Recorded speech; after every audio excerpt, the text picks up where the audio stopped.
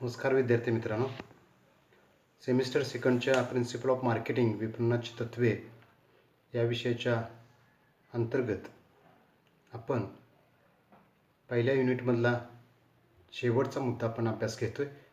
Product जो 4Ps मधला आपण अभ्यास करतो त्याच्यामध्ये न्यू प्रोडक्ट डेव्हलपमेंट, नवीन वस्तू विकास याचा आपण आज अभ्यास करतोय. वस्तू जरी यशस्वीरित्या बाजारपेठेत विक्री होत असली तरी ग्राहकांच्या आवडीनिवडी सातत्याने बदलत असतात. आपण वस्तू जीवनचक्र पाहिलं त्याच्यामध्ये प्रवेश, स्वीकृती, परिपक्व, संपृक्त, ऱ्हास किंवा शेवट अशा अवस्था होत्या. म्हणजे वस्तूचा प्रवेश झाल्यानंतर त्याची स्वीकृती होऊन त्याची विक्री टॉपला जाईपर्यंतचा भाग असतो. तोपर्यंत आपल्याला नवीन वस्तूची डेव्हलपमेंट करावी लागते. कारण आपली टॉपला असणारी वस्तू एक दिवस त्याची विक्री कमी होणार असते. तोपर्यंत त्याच्या अगोदर आपली नवीन वस्तू बाजारात प्रवेशित होणं आवश्यक असतं. स्पर्धकांनी नव्या वस्तू किंवा सेवा बाजारपेठेत आणलेल्या असतात. त्यामुळं वस्तूमध्ये आपल्याला सुद्धा सुधारणा करणं या ठिकाणी अपेक्षित असतं. कारण जर आपली वस्तू जरी मोठ्या प्रमाणात विकली जात असेल पण त्याच वेळेला आपला स्पर्धक गप्प नसतो. त्याचीही सातत्यानं विक्री वाढवण्यासाठीची जी काही उपाययोजना असते ती चालू असते, प्रयत्न चालू असतात. त्यामुळे तो सातत्यानं वस्तूमध्ये सुधारणा करण्यासाठी प्रयत्न करीत असतो.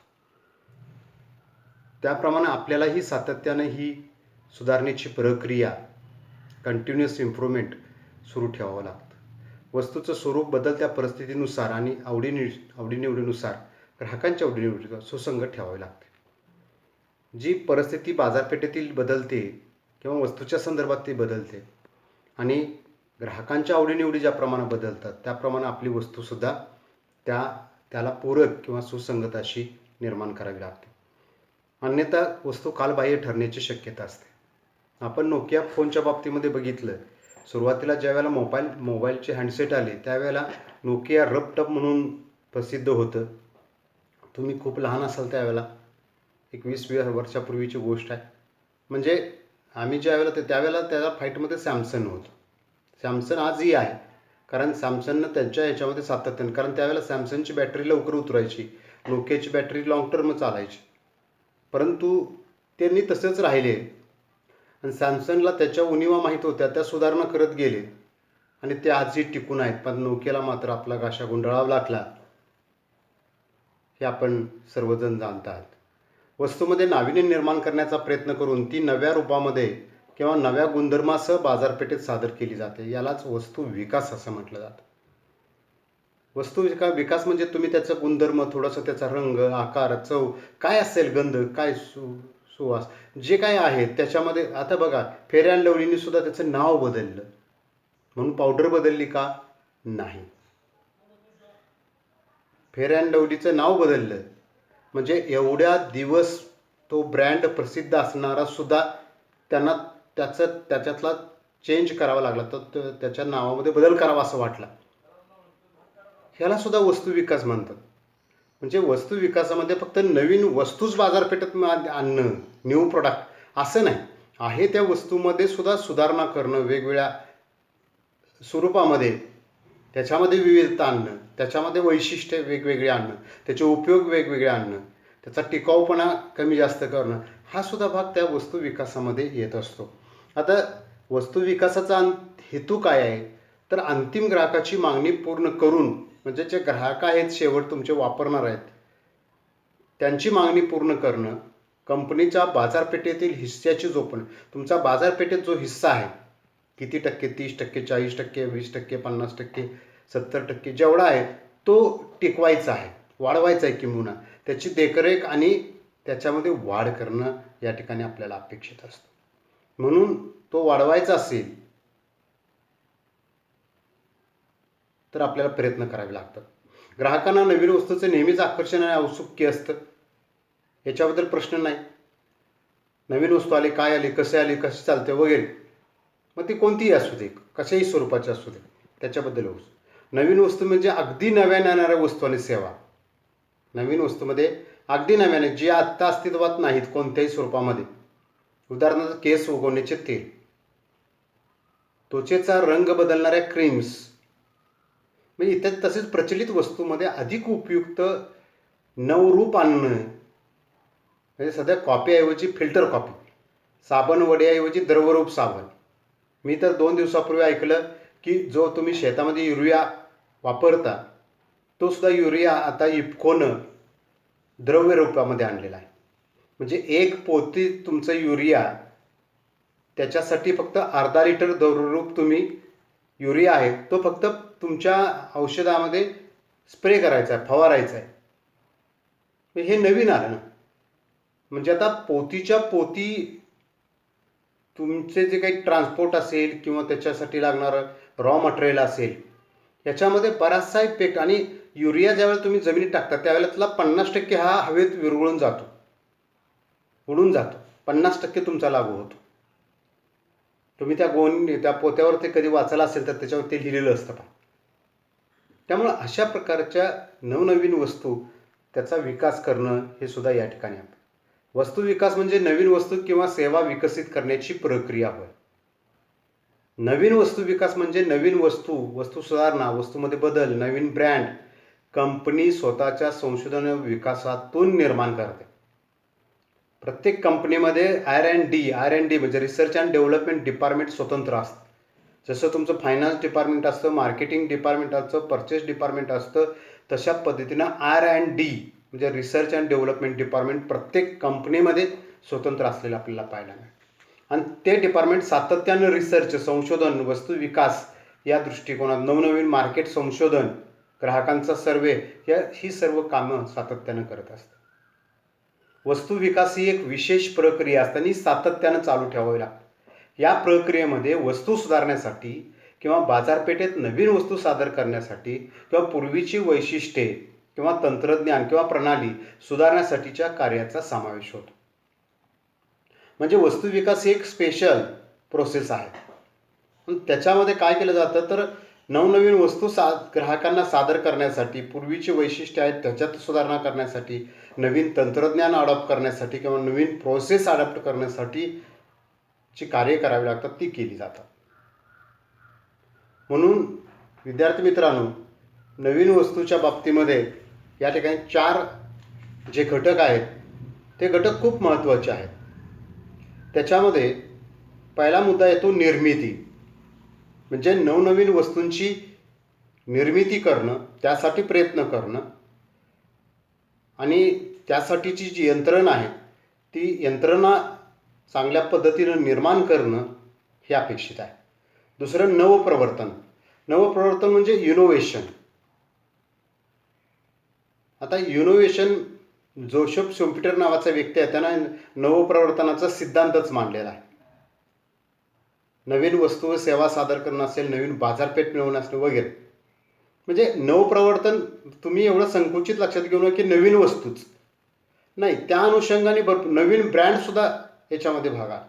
तुम्ही वस्तूची विक्री वाढवण्यासाठी, ग्राहकांचं समाधान करण्यासाठी, त्यांच्या गरजांची पूर्तता करण्यासाठी जे जे काही नवीन करतात ते सगळं नवप्रवर्तनामध्ये. सुधारणा, इम्प्रूव्हमेंट. आत्ताची जी वस्तू आहे त्या वस्तूमध्ये तुम्ही सुधारणा करायची, त्याचा उत्पादन खर्च कमी करायचा, त्याची किंमत आणखी कमी करायची वगैरे वगैरे. असंख्य प्रकारांनी सुधारणा करतायत. त्याचा रंग बदलणं, आकार बदलणं, डिझाईन बदलणं वगैरे सगळ्या गोष्टी या सुधारणाच्या अंतर्गत येऊ शकतात.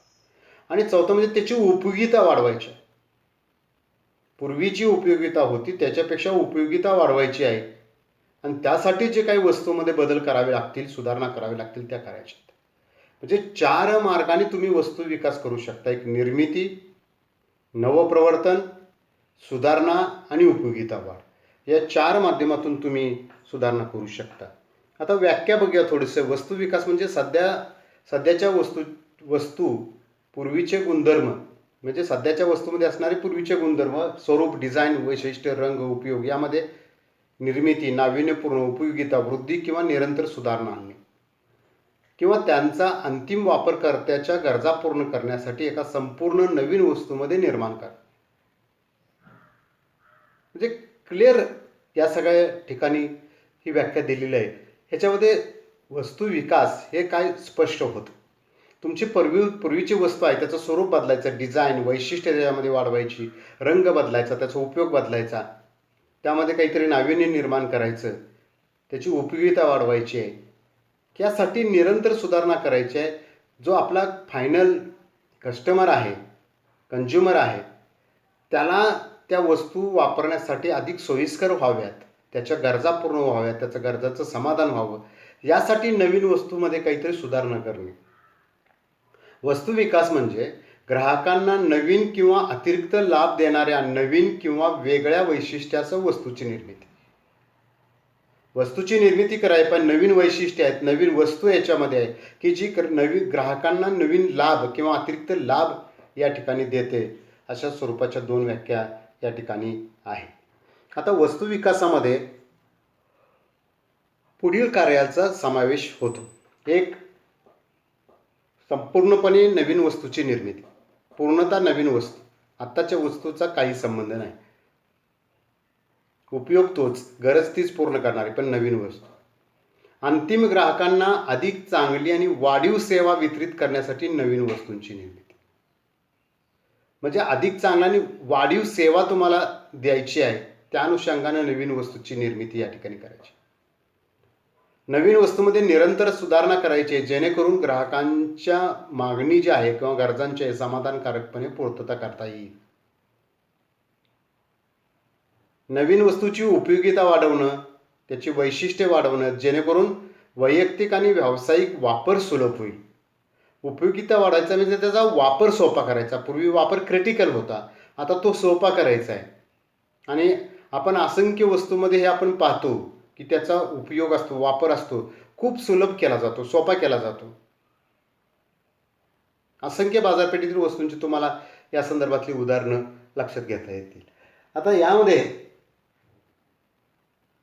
वस्तू विकासाची चांगली योजना आखणं, कारण मौल्यवान वेळ, पैसा, बौद्धिक संसाधने वाया जाण्याचा अधिक धोका असतो चांगली योजना नसेल तर. म्हणून चांगली योजना आखायची. सध्याच्या वस्तूमध्ये नवीन वैशिष्ट्य किंवा सेवा समाविष्ट करणे. त्याच्यात सेलफोनच्या कंपन्या आहेत बघा, टेक्स्ट मेसेज, अतिरिक्त रिंगटोन, इंटरनेट, अशा प्रकारच्या हे जुने सांगितलेत मी तुम्हाला माझ्या यापेक्षा नवनवीन गोष्टी माहीत आहेत की त्या जादा सुविधा या ठिकाणी पुरवल्या जात असतात. आता एक चार्ट याच्यामध्ये दिला आहे की सध्याच्या वस्तूमध्ये विकास करण्याचे मार्ग आहेत. पहिला मार्ग आहे अडॉप्ट, म्हणजे आत्मसात करा. काय आत्मसात करायचे आहेत तर रंग, म्हणजे याच्यामध्ये ज्या इतर कल्पना आणि विकास आहेत, नवनवीन कल्पना आहेत, आपल्या विकास आहे, नवीन वस्तूंचा निर्मिती आहे, ते आपल्याला अडॉप्ट करायचे की आपण आता ते वापरत नाही पण ते वापरलं तर अधिक चांगलं होईल, असं काही नवीन असेल तर ते या ठिकाणी अडॉप्ट करायचं आहे. मॉडिफाईड म्हणजे सुधारणा करायची आहे. रंग असेल, त्याची हालचाल असेल, धोरणे असेल, रंग असेल, स्वरूप असेल, आकार असेल, हे सर्व याच्यामध्ये बदल करायचा आहे. बदला, आकार बदला, डिझाईन बदला, त्याचं रंग बदला वगैरे. मॉडिफाईड सुधारणा. मॅग्निफायमध्ये भव्यता, अधिक किंमत, अधिक मजबूती, दीर्घ अतिरिक्त मूल्य. तुम्हाला भव्यता म्हणजे आत्तापेक्षा आहे त्याच्यापेक्षा तुम्ही जास्त काहीतरी त्याला जादा द्या, भव्य दिव्य द्या, भले त्याला जादा किंमत द्यायला लागली तरी चालेल, किंवा त्याची स्ट्रेंथ वाढवा, त्याची मजबूती वाढवा, किंवा त्याला त्याचे व्हॅल्यू ॲडिशन करून त्याला द्या. हे मॅग्निफाय आहे. रिड्यूस कमी करा, म्हणजे त्याचं लघुरूप असेल, चाचणी आवृत्ती असेल, लहान हलके, म्हणजे उगीच बोजड वस्तू असेल तर ती अधिक हलकी करण्याचा प्रयत्न करा. त्याचं आकार मोठा असेल तर लहान करण्याचा करा, लघु अप. त्याच्या वेगवेगळ्या प्रकारच्या ट्रायल घ्या. रिड्यूस कमी करा. सबस्टिट्यूट म्हणजे पर्यायी, म्हणजे इतर समाविष्ट घटक, प्रक्रिया, शक्तीवर, म्हणजे तुम्हाला आत्ता ज्या वस्तू आहेत त्याला पर्यायी वस्तू तुम्हीच डेव्हलप करायच्या आहेत. मग त्याच्यामध्ये समाविष्ट घटकामध्ये थोडासा चेंज, प्रक्रियामधला चेंज असेल, त्याची स्ट्रेंथ आहे त्याच्यातला थोडासा चेंज असेल, किंवा कंबाईन, एकत्र, म्हणजे इतर पर्याय वस्तू कल्पना, म्हणजे 2 वस्तूच्या कॉम्बिनेशनमधून नवीन चांगली करणं. आता पहा, कोरोनावरती 2 इंजेक्शन कॉम्बिनेशन करून एकत्रीकरणातून वापरून त्याचा रिझल्ट येतो असं टेस्ट केल्या गेल्या. म्हणजे कंबाईन करा, एकत्र करा. हाही त्याच्यामध्ये होतो. आता चांगला वस्तू विकास केला तर काय होतं, तर नवीन व्यवसाय संधी, व्यवसाय वृद्धी होऊ शकते. तुम्हाला व्यवसायाला नव्या संधी मिळतात, व्यवसाय म्हणजे वाढ विस्तार तुमचा होतो. दुसरं, उत्पादकता आणि नफ्यात वाढ होते. हे वेगळे सांगायची गरज नाही. प्रोडक्टिव्हिटी वाढते, प्रॉफिट वाढतो, कारण वस्तूंची विक्री वाढणार आहे. आणि नवीन काही तुम्ही स्वीकारलं तर कर्मचाऱ्यांची किंवा कामगारांची सुद्धा, विक्रेत्यांची, सगळ्यांचीच उत्पादकता वाढणार आहे.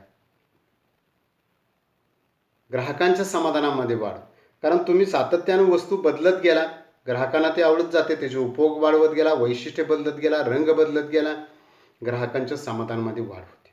वितरकांच्या नावलौकिक वाढ, तुम्ही ब्रँड बदलत गेला, अन्य काही गोष्टी बदलत गेल्या, वितरकात सुद्धा की बाबा सातत्य, ह्यांच्याकडे सातत्याने, ह्या डिस्ट्रीब्युटरकडे सातत्याने नवनवीन वस्तू असतात, प्रत्येक वेळेला पुढच्या वेळेला गेलं की नवीन काहीतरी असतं. एक ग्राहकांच्या मध्ये ग्रह निर्माण होतो. आणि ग्राहकांच्या जीवनशैलीत सुधारणा, जर नवनवीन तुम्ही वस्तू आणल्या, सेवा आणल्या, सुधारित वस्तू आणल्या, तर ग्राहकांचं स्टँडर्ड ऑफ लिव्हिंग सुद्धा या ठिकाणी सुधारल्याशिवाय राहणार नाही. नवीन वस्तू सुधारण्याची प्रक्रिया जी आहे ती या ठिकाणी दिलेली आहे. हे थोडंसं आपल्याला डिटेलमध्ये लक्षात घ्यावं लागेल. नवीन वस्तू संशोधन आणि विकास विभागामार्फत, आपण मगाशी मी म्हटलं तुम्हाला, संशोधन आणि विकास R&D डिपार्टमेंट असतं, शोध घेऊन त्याची यशस्वीपणे विपणन घडवून आणत असतात. त्याची टेस्ट मार्केटिंग घेतात, ते चाचणी विपणन, आणि ही एक स्वतंत्र प्रक्रिया, स्वतंत्र विभाग आहे, हे आपल्याला माहिती आहे. याच्यामध्ये पहिला मुद्दा येतो कल्पना निर्मिती. आता कल्पना निर्मिती म्हणजे नवीन वस्तूच्या विकासाची प्रक्रिया असते. ही कल्पना निर्मितीपासून सुरू होते. बाजारपेठेतील परिस्थिती असेल, ग्राहकांच्या आवडीनिवडी असेल, उत्पादन तंत्रज्ञान नवीन असेल, किंमत, स्पर्धा यातील बदलामुळे की नाही वस्तू विकासाची गरज निर्माण होते. ग्राहकांच्या गरजांचे बदलते स्वरूप समजावून घ्यावं लागतं. त्यांच्या गरजा चांगल्या रीतीने आणि समाधानकारक पूर्ण करण्यासाठी काय करता येईल याचाही हेच वस्तू आणि संशोधन आणि विकास विभाग सातत्याने विचार करत असतं. या संदर्भात ग्राहकांच्या काही सूचना असतील, तक्रारी असतील, विपणनाचा आपला सर्वे असेल, तो सुद्धा, त्याचा सुद्धा आधार घेतला जातो. स्पर्धकांच्या वस्तूंचा अभ्यास केला जातो. कर्मचाऱ्यांच्या, विक्रेत्यांच्या किंवा वितरक असतात, विक्रेते असतात, त्यांची मतं जाणून घेतली जातात. राष्ट्रीय, आंतरराष्ट्रीय बाजारपेठेत परिस्थितीचा आढावा घेतला जातो. या सगळ्या गोष्टींमधून आपल्याला असंख्य कल्पना आपल्या मनामध्ये येऊ शकतात, परंतु वस्तू विकासाची व्याख्या आणि हेतू निश्चित करून त्या अनुषंगाने तुम्हाला त्या कल्पनांचा विचार करणं आवश्यक आहे. कल्पनाचे प्रमुख 2 स्तोत्र असतात, मार्ग असतात. एक म्हणजे अंतर्गत स्तोत्र, यामध्ये ग्राहक असेल, स्पर्धक, वितरक, पुरवठादार, कर्मचारी, हितचिंतक वगैरे असतात. तर बाह्य स्तोत्रामध्ये, हे आता आपण जे बघतोय, बाजारपेठ संशोधन, बदलत्या घटकाचा अभ्यास, हे बाह्य घटकामध्ये येतं. ग्राहक संशोधन, त्यांच्या अभिप्राय, सूचना, प्रतिक्रिया, हे बाह्य संशोधन. स्वॉट विश्लेषण, तुमची शक्तिस्थानं, दुर्बल स्थानं, संधी, धोकं तुम्ही शोधले, तुमच्या स्ट्रेंथ काय आहेत, तुमच्या विकनेसेस काय आहेत, संधी कुणाला तुमच्या याच्यामध्ये आहे, धोका किंवा आव्हान कुठली आहेत, हे सुद्धा या ठिकाणी शोधता येतं आपल्याला त्याचं विश्लेषणाच्या माध्यमातून. स्पर्धा विश्लेषण, स्पर्धकाची वस्तू, धोरणं, व्यूहरचना, हे बाह्य मार्ग आहेत की याच्यामधून सुद्धा आपल्याला वेगवेगळ्या प्रकारे आयडिया जनरेट होऊ शकतात, आयडिया आपल्या मनामध्ये येऊ शकतात. दुसरा मुद्दा येतो याच्यातली कल्पनांची छाननी. आपण नवीन वस्तू विकासाची प्रक्रिया पाहतोय, त्याच्यामध्ये दुसरा मुद्दा येतो कल्पना छाननी. नवीन वस्तूची उपयोगिता किती प्रमाणात वाढेल, म्हणजे पहिल्या टप्प्यातून ज्यावेळेला असंख्य कल्पनांची निर्मिती होते, त्या सर्व कल्पनांची छाननी या दुसऱ्या टप्प्यामध्ये केली जाते. तांत्रिकदृष्ट्या आपल्याला कल्पना वाटली म्हणजे, चांगली वाटली म्हणजे लगेच नाही, त्याचं तांत्रिकदृष्ट्या त्या वस्तू म्हणजे कल्पनेचं वस्तूमध्ये रूपांतर होऊ शकतं का, आणि ते कितपत शक्य आहे हे आजमावं लागतं. ज्या कल्पना मांडल्या जातात त्यानुसार वस्तू विकास केलं तर ग्राहकांच्या गरजा अधिक चांगल्या रीतीनं, आत्ता आहे त्याच्यापेक्षा अधिक चांगल्या रीतीनं आणि समाधानकारकपणे पूर्ण होतील का, हे पाहावं लागतं. प्रत्येक कल्पनेच्या संदर्भात विचार केला जातो. प्रत्येक कल्पनेद्वारे निर्माण होणाऱ्या वस्तूच्या उपयोगितेचे मूल्यमापन केले जाते. कल्पनांची छाननी करताना काही गोष्टींचा आधार घ्यावा लागतो. त्याच्यामध्ये नवीन वस्तू उपयोगिता किती प्रमाणात वाढेल, सध्याची तंत्रे व उपकरणे नवीन वस्तू उत्पादित करू शकतात का त्याच्यासाठी तंत्र आणि उपकरणंसुद्धा नवीन घ्यायला पाहिजेत. सध्याची विपणन यंत्रणा, वितरण यंत्रणा नवीन वस्तूंना बाजारपेठ मिळवून देऊ शकेल का. नवीन वस्तूची जीवनचक्र किती कालावधीचा असू शकेल, म्हणजे नवीन वस्तू निर्मितीचा कालावधी किती असेल, या सगळ्या प्रश्नांची उत्तर या छाननीच्या अंतर्गत आपल्याला पाहिलं. छाननी करणं म्हणजे काय करणं, तर ह्या सगळ्या प्रश्नांची उत्तरं शोधणं हे अपेक्षित असतं. तिसरा मुद्दा येतो संकल्पना चाचणी. आता कल्पनांच्या छाननीतून सर्वात योग्य कल्पनेची तुम्ही निवड केली छाननी करून. नवीन वस्तू कल्पना असेल, संकल्पना असेल, वस्तू प्रतिमा असेल, यांच्यातील फरक ओळखणं सुद्धा महत्त्वाचं आहे. वस्तू कल्पना ही एक संभाव्य वस्तूसाठी एक कल्पना आहे, लक्षात घ्या, जी कंपनी स्वतः मार्केटमध्ये ऑफर करू शकते. वस्तू संकल्पना अर्थपूर्ण आणि ग्राहक गरजेनुसार मांडलेली कल्पनेची सविस्तर आवृत्ती असते. म्हणजे कल्पनेचं संकल्पनेत रूपांतर, आयडियाचं कन्व्हर्जन कन्सेप्टमध्ये, idea is converted into concept, ही ह्या भाग येतं. म्हणजे वस्तू प्रतिमा म्हणजे काय, तर ग्राहक वस्तू किंवा संभाव्य वस्तूचे काल्पनिक चित्र. आपण घर बांधताना आपल्याला त्याचं डिझाईन दाखवलं, ड्रॉइंग दाखवलं जातं त्या वस्तूचं, त्याच्या पुढं झाड दाखवलं जातं, 20 वर्षापूर्वीचं झाड नसतं ते, ॲक्च्युली आपला प्लॉट रिकामा असतो, पण ते झाड दाखवल्यामुळे त्याची प्रतिमा, त्याला रंगसंगती वापरली जाते, वेगवेगळ्या प्रकारची डिझाईन, तुम्हाला ते आकर्षक वाटावं. म्हणजे बाजारपेठेत सादर करता येणे ती वस्तू कल्पना आहे का, त्याच्या प्रत्येक पैलूचा विकास या ठिकाणी होतो, त्यालाच वस्तू संकल्पना असं म्हणतात. ग्राहकांचा एक छोटा समूह निवडला जातो आणि त्यानंतर ज्या नवीन वस्तूबद्दल त्यांना काय वाटतं हे विचारलं जातं. नवीन वस्तू त्यांना आवडते का, अन्य ग्राहकांच्या पसंतीस वस्तू उतरेल का, असे प्रश्न त्यांना विचारले जातात. संगणकाद्वारे वस्तूचे काल्पनिक चित्र तयार करून ग्राहकांना सादर केले जातात आणि त्याच्यावरती प्रक्रिया जाणून घेतल्या जातात.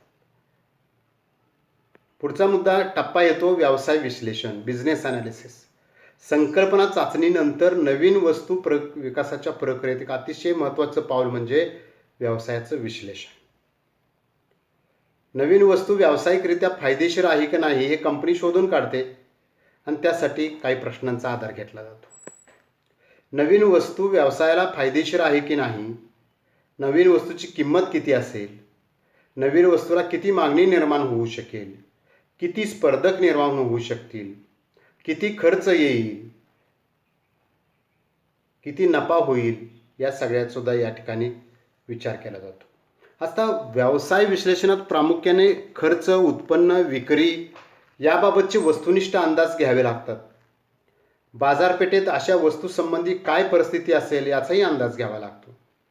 सध्याची यंत्रसामुग्री आहे, तंत्रज्ञान आहे, वित्तपुरवठा आहे, याचा कितपत वापर करता येईल, कारण ते बदलावं लागत असेल तर खर्च मोठ्या प्रमाणावरती वाढतो. कर्मचाऱ्यांना प्रशिक्षण द्यावं लागेल का, नवीन वस्तूची काही मॉडेल्स तयार केली जातात, ती या ठिकाणी लक्षात घ्यावी लागतात.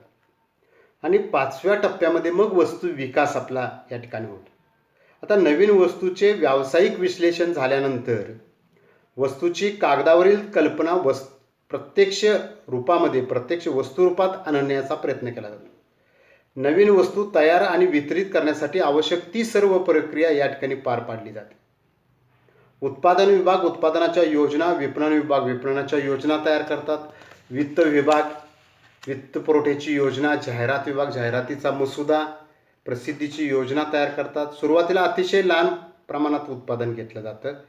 निवडक वितरण मार्गामार्फत ते वस्तू वितरित ग्राहकामध्ये पर्यंत केली जाते. आणि चाचणी विपणन, टेस्ट मार्केटिंग या ठिकाणी केलं जातं. वस्तूचे लहान प्रमाणात उत्पादन केल्यानंतर सदर वस्तू चाचणीसाठी निवडक बाजारपेठेत पाठवल्या जातात. काही आपले कायमचे ग्राहक जे असतात त्यांना विनामूल्य सॅम्पल्स दिली जातात आणि त्यांचा कितपत प्रतिसाद त्या वस्तूला मिळतोय ते आजमावून पाहिलं जातं. जर काही तांत्रिक स्वरूपाच्या सुधारणा करायच्या असतील तर त्या करण्याचा प्रयत्न या ठिकाणी केला जातो किंवा त्या केल्या जातात. वस्तू विपणन क्षमता समजावून घेतली जाते. चाचणी विपणनामुळे मोठ्या प्रमाणात विपणनाचे धोके जे आहेत, संभाव्य धोके जे आहेत, ते या ठिकाणी आपल्याला कमी करता येतात, टाळता येऊ शकतात. चाचणी विपणन हे एक सुरक्षित साधन आहे, यासाठी पुरेसा वेळ द्यावा लागतो. मौल्यवान वस्तू, इलेक्ट्रॉनिक वस्तू, सौंदर्य प्रसाधनाबरोबर सध्या उपभोग्य वस्तूची चाचणी विपणन घेतलं जातं.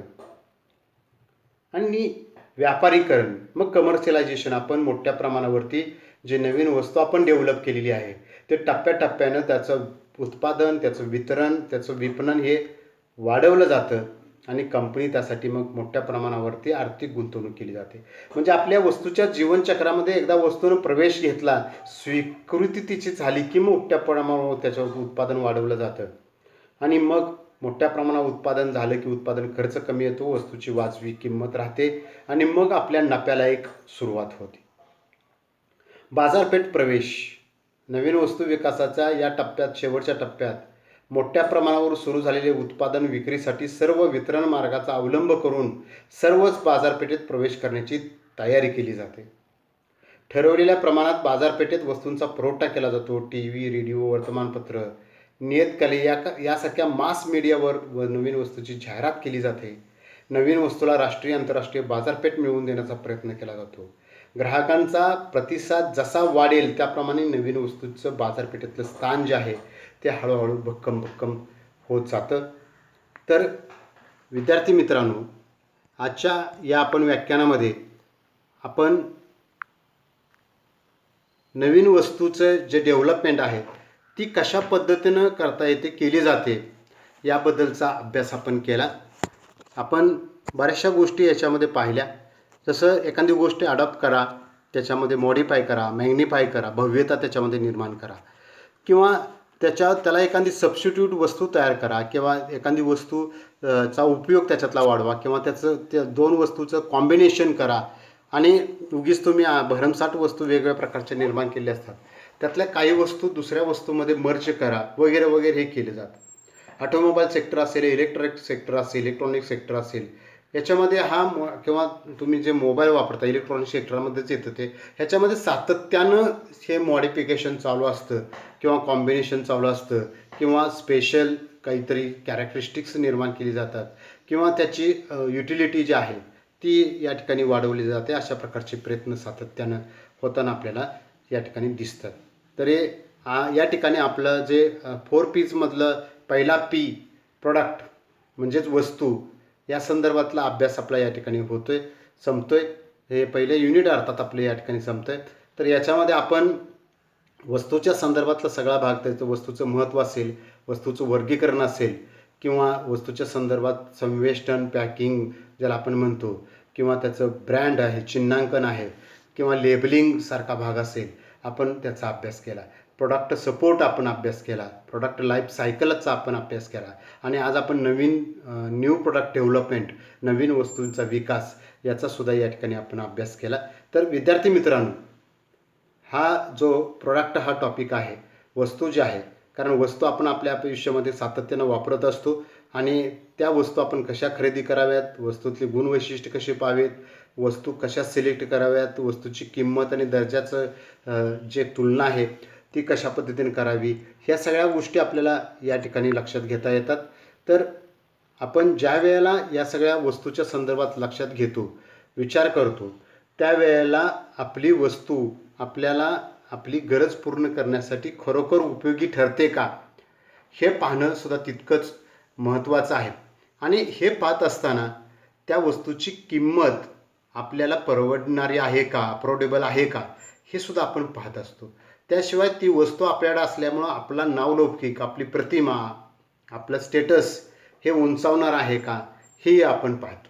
आजकाल वस्तू किती टिकणार आहे हे जरी मोठ्या प्रमाणावरती पाहिले जात नसेल तरी ती वस्तू किती आकर्षक आहे, किती तुम्हाला ती म्हणजे भव्य वाटते, हे सुद्धा या ठिकाणी पाहिलं जातं. तर विद्यार्थी मित्रांनो, या पद्धतीनं आपण हा जो वस्तू विकासाचा अभ्यास आहे तो आपण या ठिकाणी थांबवतोय.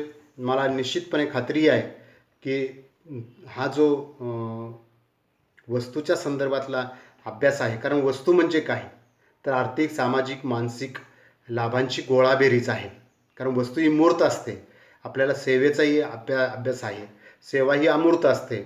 मग ही जी वस्तू आहे, ही वस्तू आपल्याला जरी वारंवार खरेदी करावी लागत असेल, काही आपण FMCG म्हणतो, फास्ट मूव्हिंग कन्झ्युमेबल गुड्स जे असतात, ह्या आपण सातत्याने वस्तू खरेदी करतो. पण काही वस्तू असतात की संपूर्ण आयुष्यामध्ये आपण एक वेळा दोन वेळा खरेदी करण्याचा आपल्याला प्रसंग येतो. त्या वस्तू आपण खूप विचारपूर्वक खरेदी करण्याचा प्रयत्न करतो आणि मग आपल्याला त्या वस्तूपासून समाधान मिळतं. तर अशा पद्धतीनं आपण आजचं व्याख्यान आणि हे पहिले युनिट या ठिकाणी थांबवूया. तुम्ही सगळं माझं व्याख्यान शांतपणे ऐकून घेतलं याबद्दल मी तुमचे धन्यवाद व्यक्त करतो. थँक्यू.